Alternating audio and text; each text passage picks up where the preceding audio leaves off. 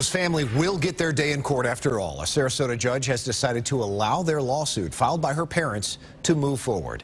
This comes days after images of Brian Laundrie's notebook were released, documenting his confession about killing Petito while they were on that cross-country trip last year.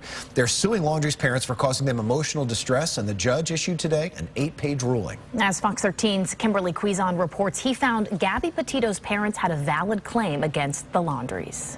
The Laundrie's motion to dismiss the case has been denied.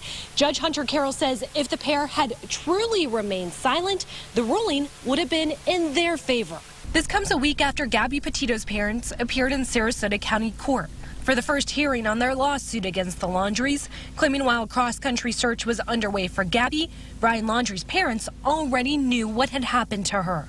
The Laundries tried to have the case thrown out, saying they had no obligation to speak under the First and Fifth Amendments. Last week, Patrick Riley, the attorney representing Gabby's family, said the statement released on September 14th, saying in part, "It is our hope that the search for Miss Petito is successful and that Miss Petito is reunited with her family," gave that false sense of hope. If someone doesn't find his statements, knowing all the facts that were known to the Laundries at that time, if somebody doesn't find that offensive and outrageous, I don't know what's outrageous. That's what Judge Carroll agreed with in his ruling. He said the statement by the Laundries attorney was objectively outrageous. He continued on saying if the Laundries would have in fact remained silent, the court would have granted the motion to dismiss in their favor, but they did not. They may not have spoken themselves, but their lawyer, Stephen Bertolino, did the talking for them almost every day, through text messages, statements, and interviews.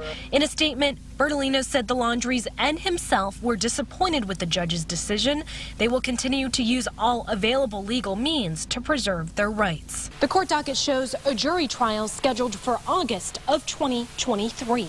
In Sarasota County, Kimberly Quizon, Fox 13 News. All right, Kim, and there will be some time before either party appears back in court. The next pre-trial conference is set for July of 2023.